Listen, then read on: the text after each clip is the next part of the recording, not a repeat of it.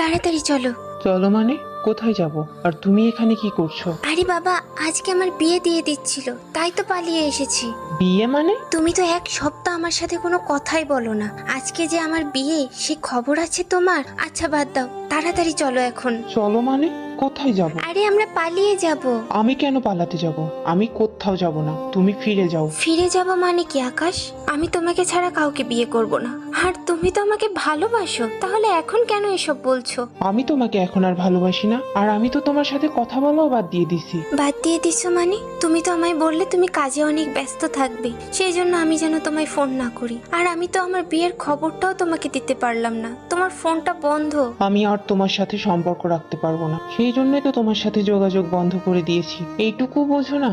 আর আমার পরিবার তোমাকে কোনোদিনও মানবে না, তুমি ফিরে যাও। পরিবার মানবে না? সেটা তোমার আগে মনে ছিল না? আর ফিরে যাব কিভাবে? এতক্ষণ